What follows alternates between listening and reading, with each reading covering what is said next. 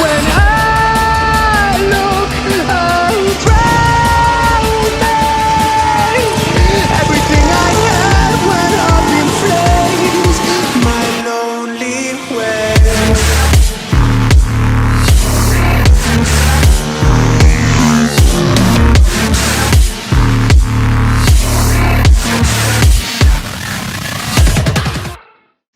So guys, welcome back to another new video. So এটা হচ্ছে KPR 165R. So এখানে আপনারা দেখতে পাচ্ছেন অ্যাক্রোফোবিক লাগানো হয়েছে। তো অনেকজনে রিকোয়েস্ট করেছেন যে এটার সাউন্ড কীরকম সেটা শুনতে চেয়েছেন। সো এই মুহূর্তে আমাদের ওনার তানবীর ভাই তিনি সাউন্ড শোনাবেন। ওকে, স্টার্ট।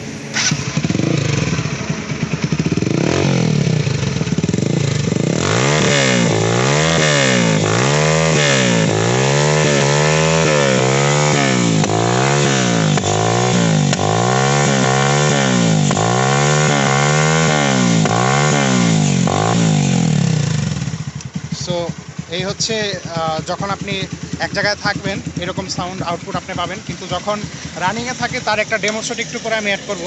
তার আগে দেখাচ্ছি রিসেন্টলি এখানে আরেকটা মোড করা হয়েছে। সেটা হচ্ছে আপনারা জানেন যে এই বাইকের রেয়ার সাসপেনশন নিয়ে ছোটোখাটো কিছু ইস্যু রয়েছে। সো যেটা আলো স্বল্পতার কারণে আমি জানি না কতটুকু দেখানো যাচ্ছে।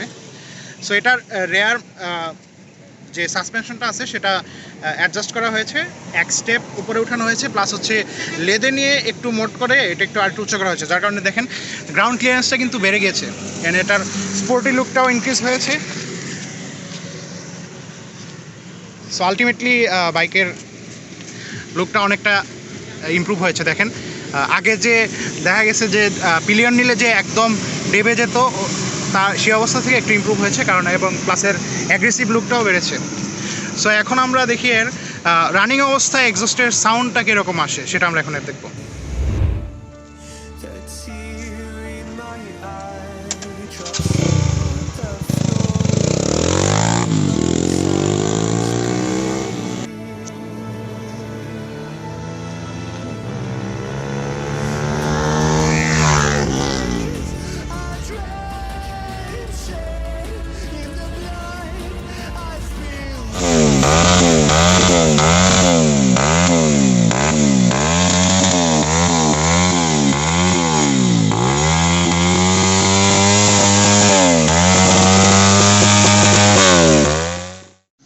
দর্শক অনেকে আমাকে কোয়েশ্চেন করেছেন যে যারা 6 ফিট তাদের আসলে একটু গ্রাউন্ড ক্লিয়ারেন্সের জন্য একটু সমস্যা হয়, যে ফুট প্যাকে যে পা রাখার সময় অনেক সময় দেখা যায় যে ফেয়ারিংয়ে পা আটকা যায়, কিন্তু এই মডিফিকেশনটা করার পরে আপনার তেমন সমস্যা হবে না। তো এখানে একটা প্রবলেম ফেস করতে পারেন, আপনার ডুয়াল স্ট্যান্ডটা হয়তোবা একটু সমস্যা করবে। তো এটার ক্ষেত্রে দেখা গেছে আমি ডুয়াল স্ট্যান্ডটা রিমুভ করে ফেলেছি, তো যার কারণে দেখা গেছে এর স্পোর্টি লুকটা আরও বেড়ে গিয়েছে। তো দেখতে পাচ্ছেন, তো আপনার রাইডে আরেকটু কনফিডেন্স আপনি পাবেন, এবং ব্যালেন্সে কোনো প্রকার সমস্যা আমি এখন পর্যন্ত ফেস করিনি। তো বেশ কয়েক কিলোমিটার আমার চালানো হয়েছে, বেশ কয়েকশো কিলোমিটার এই মডিফিকেশনের পরে, এবং কোনো সমস্যা ফেস করিনি। তো আপনারা চাইলে মোডটা করতে পারেন। তো এটার রেয়ার সাসপেনশন আরেকটা ইনফরমেশন দিতে চাচ্ছি, সেটা হচ্ছে এখানে আসলে একটা লেদে নেওয়ার পরে এখানে একটা স্পেসার দিয়ে এখানে আসলে ঝালাই করে দেওয়া হয়েছে।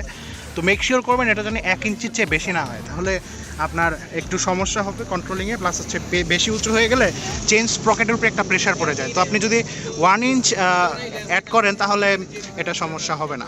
আর মেক শিওর করবেন ভালো একটা লেদে নিয়ে কাজ করাইতে, কারণ হচ্ছে এখানে কিন্তু জাস্ট ঝালাই দেয় না, এটা হচ্ছে প্রথমে ড্রিল করছে, ড্রিল করার পরে এটার ভেতর দিয়ে যথেষ্ট পরিমাণে সাপোর্ট দিয়ে খুব ভালোভাবে এটা ঝালাই করেছে। তো আপনি যদি ভালো একটা লেদে নিয়ে কাজ করান তাহলে আপনি এর ফিডব্যাক ভালো পাবেন। তো এই ছিল আজকের video. Thanks guys for watching.